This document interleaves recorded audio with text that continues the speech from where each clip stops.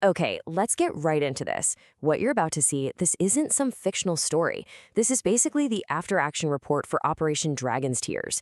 We're talking about the biggest takedown of a global control grid that's ever happened. And it was completely off the books. The names are real, the bodies were real. So this case file, it details the whole operation, the takedown of a massive conspiracy that was aiming for, well, total global control. It's a shadow war, fought by people you'll never hear about. And it all centers on this one terrifying piece of tech designed to pretty much enslave humanity.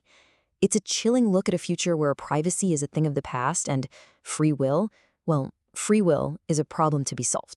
At the very heart of this entire conflict is one single objective, a plan to put a permanent digital leash on every single person on the planet. And believe me, the clock was ticking. Now this is the weapon, the YAOLONG neural lace. And listen, this isn't some high-tech gadget for the super rich. No, this is a mass-produced brain-computer interface. And the plan was mandatory implantation for everyone in just a few years. How? Well, it was disguised as a health cure, something bundled with vaccines. But its real purpose? Total surveillance and absolute behavioral control. A plan this big, this audacious, requires some seriously powerful people pulling the strings. So, who are the masterminds behind YAOLONG? So, this slide, this lays out the 4 pillars of their whole operation. You've got a network that controls literally everything. The tech for spying, the biology for the delivery system, the media to control whatever one thinks, and the money to make it all look clean. And sitting right in the middle of this web is one guy.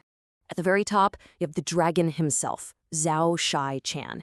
He's this reclusive tech billionaire worth over $33 billion, running a company called Red Chain X. This guy is obsessed with control and face, reputation. He sees the whole world as his personal chessboard, and he absolutely does not tolerate failure. Ever. And this is where the plan gets truly sinister. You've got Dr. Wang Wei of Luhan Labs. He creates both the problem and the solution. His company produces this tainted biomeat that spreads a prion disease, and then they offer the supposed cure, a vaccine that, surprise, surprise, just happens to deliver the YAOLONG chip. The leader of the resistance team, Claudia Reid, she just summed it up perfectly. This isn't just some scheme, it's a manufactured crisis on a global scale. It's designed to make every single one of us literally beg for our own chains.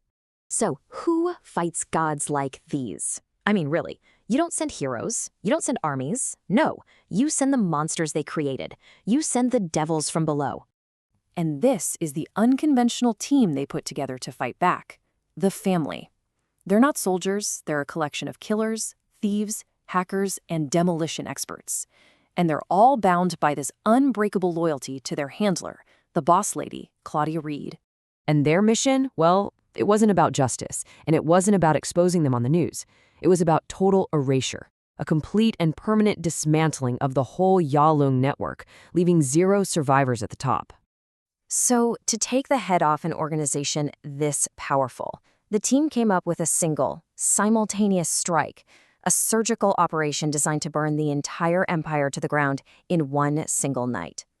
Their plan was just a masterpiece of deadly precision. They had a 4-minute window. That's it. It starts at 11:05 p.m., poison the leadership, confirm the kills, loop the security cameras, steal all the money, and get the bodies out. 4 minutes to erase 3 kings. Now, while all the physical action was going down, their 23-year-old hacker, Baby Luke, was running a parallel attack in cyberspace. In just a few minutes, he legally seized complete control of Yibo Records, which was Zheng Hao's $4.1 billion money laundering empire. So by the time the poison even started to work, the entire financial backbone of the conspiracy had been ripped out and transferred into the family's control. They basically funded their war with the enemy's own money. But, in a war fought in the shadows, no plan ever survives contact with the enemy.